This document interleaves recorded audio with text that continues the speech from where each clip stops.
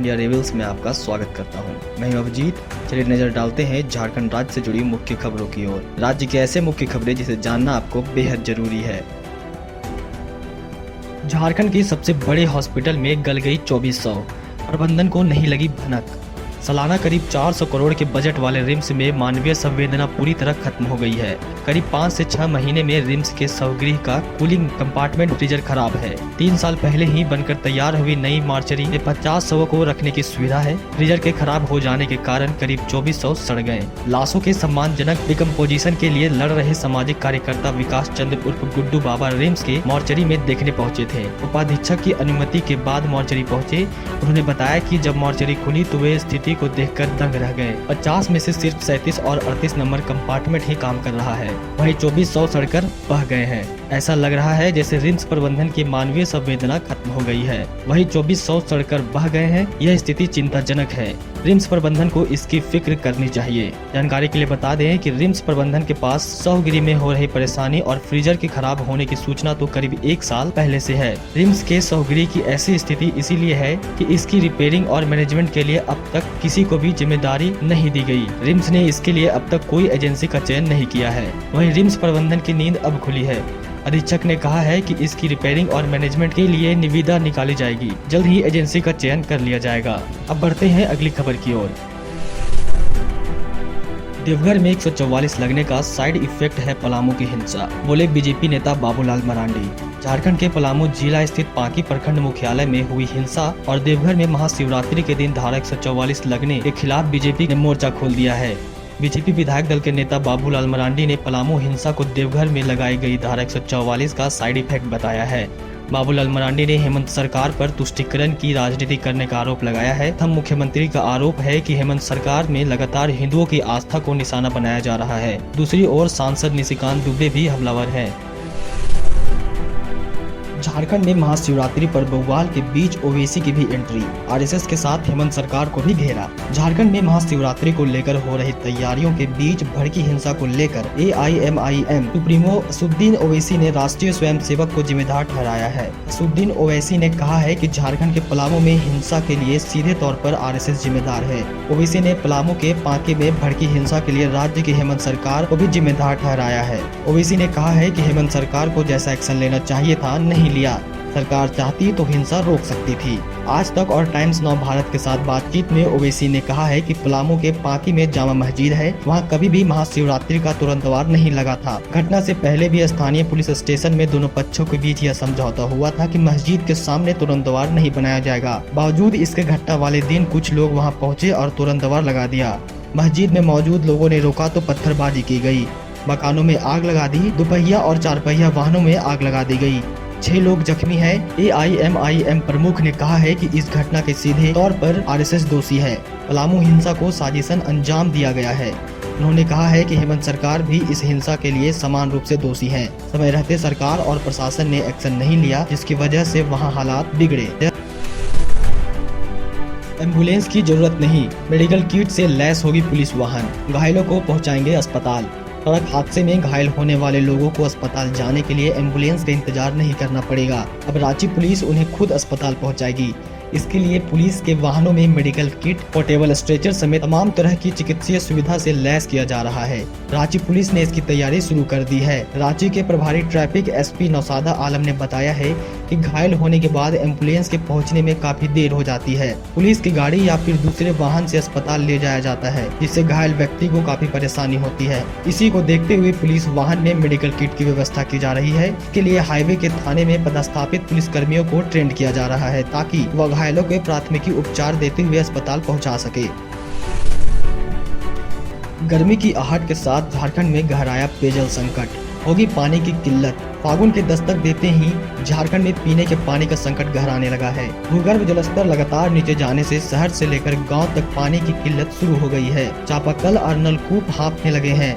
ऊपर से सरकारी पेयजल योजना या तो देखरेख के अभाव में बंद पड़ी है या कारगर साबित नहीं हो रही है। केंद्र सरकार के भूगर्भीय जल निर्देशालय की रिपोर्ट के अनुसार पिछले 20 साल में भूगर्भीय जलस्तर 2 से 6 मीटर नीचे चला गया है।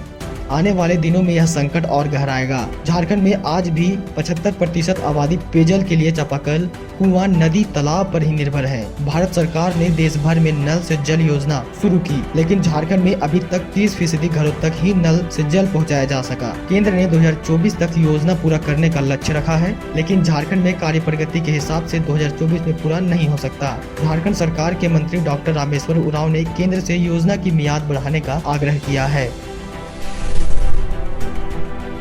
खुल जाता चुनाव आयोग का लिफाफा तो संकट में आ जाते हेमंत सरकार। राज्यपाल रमेश बैस ने झारखंड से विदा होने से पहले बुधवार को राजभवन में मीडिया के सवालों का बेबाकी से जवाब दिया। लिफाफा नहीं खोलने से राज्य में कायम सियासी संशय और भाजपा के साथ मिलकर सरकार गिराने की साजिश में शामिल होने के आरोपों से जुड़े सवाल पर राज्यपाल ने कहा है कि यदि उनकी ऐसी नीयत होती तो वह निर्वाचन आयोग के मंतव्य के आधार पर फैसला ले चुके होते। वह सरकार को अस्थिर नहीं करना चाहते थे, इसीलिए लिफाफे का राज अपने साथ ले जा रहे हैं। अब गेंद नए गवर्नर के पास चली गई है। राज्यपाल ने कहा है कि जब सरकार के मुताबिक काम नहीं होता है तब आरोपों का दौर शुरू होता है। राज्यपाल केवल संविधान के तहत काम करता है। लिफाफा को लेकर उन्होंने अपनी सोच से मुख्यमंत्री को अवगत करा दिया था और कहा था कि वह बेहतर तरीके से काम करते रहें, पर कोई अपनी छाया से डरे तो हम क्या करें। बता दें कि भाजपा नेताओं ने बीते साल मुख्यमंत्री हेमंत सोरेन के नाम पर खनन लीज को लेकर प्रतिनिधित्व अधिनियम के खिलाफ बताकर उनकी विधानसभा सदस्यता रद्द करने की मांग की थी। झारखंड में मैट्रिक व इंटर के टॉपर को मिलेगा 3 लाख, शिक्षा मंत्री का ऐलान। झारखंड में जैक बोर्ड और सीबीएसई बोर्ड द्वारा आयोजित 10वीं और 12वीं की बोर्ड परीक्षा जारी है। इस बीच राज्य के शिक्षा मंत्री जगन्नाथ महतो ने इंटर और मैट्रिक की परीक्षा में टॉप करने वाले विद्यार्थियों को 3 लाख रुपए का नगद पुरस्कार देने का ऐलान किया है। शिक्षा मंत्री ने यह भी ऐलान किया है कि इंटर और मैट्रिक की बोर्ड परीक्षा में पूरे राज्य में दूसरे और तीसरे स्थान पर रहने वाले विद्यार्थियों को क्रमशः 2 और 1 लाख रुपए का नगद पुरस्कार मिलेगा। गौरतलब है कि इनामी राशि न केवल झारखंड एकेडमिक काउंसिल के तहत टॉप करने वाले विद्यार्थियों को दी जाएगी, बल्कि केंद्रीय माध्यमिक शिक्षा बोर्ड के टॉपर्स को भी मिलेगी। बता दें कि शिक्षा मंत्री ने गुरुवार को बिरसा मुंडा फुटबॉल स्टेडियम मोरहाबादी में आयोजित राज्य स्तरीय सहायक कप खेल प्रतियोगिता के उद्घाटन समारोह में यह ऐलान किया। बता दें कि झारखंड में इससे पहले भी टॉपर्स को पुरस्कार मिल चुका है। शिक्षा मंत्री जगन्नाथ महतो इससे पहले बोर्ड परीक्षा में टॉप करने वाले विद्यार्थियों को कार और स्कूटी देने का ऐलान कर चुके हैं। चलिए बढ़ते हैं अगली खबर की ओर। झारखंड से ट्रेन में जलंधर आई अफीम की सप्लाई। पुलिस ने 8 किलो नशे संग युवक को पकड़ा। सूचना के बाद की थी नाकाबंदी। पंजाब की जलंधर पुलिस के एंटी नारकोटिक सेल के हाथ बड़ी सफलता लगी है। झारखंड से ट्रेन के माध्यम से आई नशे की बड़ी खेप पकड़ने में कामयाबी हासिल की है। ट्रेन से उतरकर अफीम की सप्लाई देने जा रहे एक शख्स को एंटी नारकोटिक सेल ने पकड़ा है। पुलिस ने पकड़े गए व्यक्ति की तलाशी लेने पर उसके कब्जे से 8 किलो अफीम बरामद की गई। पकड़े गए व्यक्ति की पहचान रामचरण निवासी गदेर छतरा झारखंड के रूप में हुई है और उसकी उम्र अभी 24 साल है। यह युवक खुद अफीम खरीदकर बेचने के लिए नहीं गया था, बल्कि यह कैरियर का काम करता है। झारखंड में बैठे तस्कर से सप्लाई लेकर जलंधर पहुंचा था, लेकिन आगे पुलिस के एंटी नारकोटिक सेल के हत्थे चढ़ गया। पुलिस अधिकारियों ने बताया कि झारखंड से नशे की खेप लेकर आ रहे व्यक्ति के बारे में एंटी नारकोटिक सेल को सूचना मुखबिर के माध्यम से मिल चुकी थी। मुखबिर ने पुलिस के एंटी नारकोटिक सेल को बताया था कि ट्रेन में झारखंड से अफीम की सप्लाई आ रही है। चलिए बढ़ते हैं अगली खबर की ओर।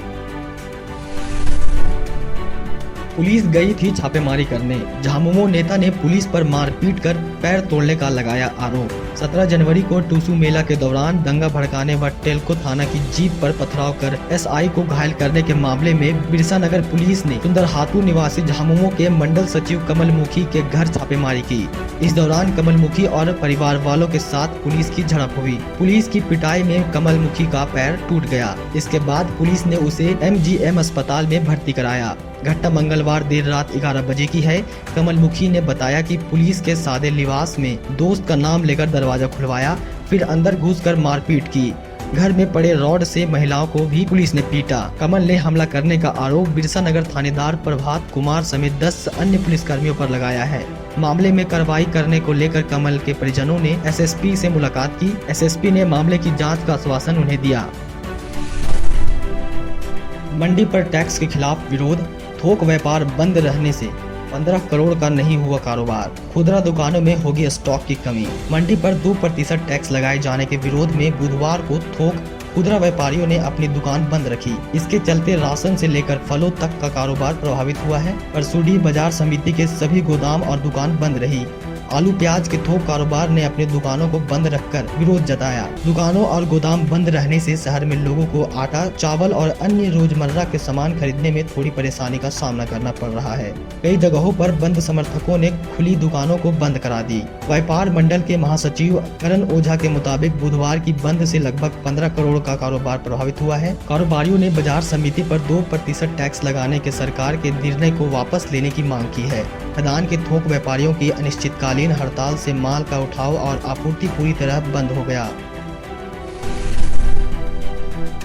अगर हमारा वीडियो आपको अच्छा लगा हो तो हमारे चैनल को सब्सक्राइब करें और लाइक करना बिल्कुल भी ना भूलें। धन्यवाद।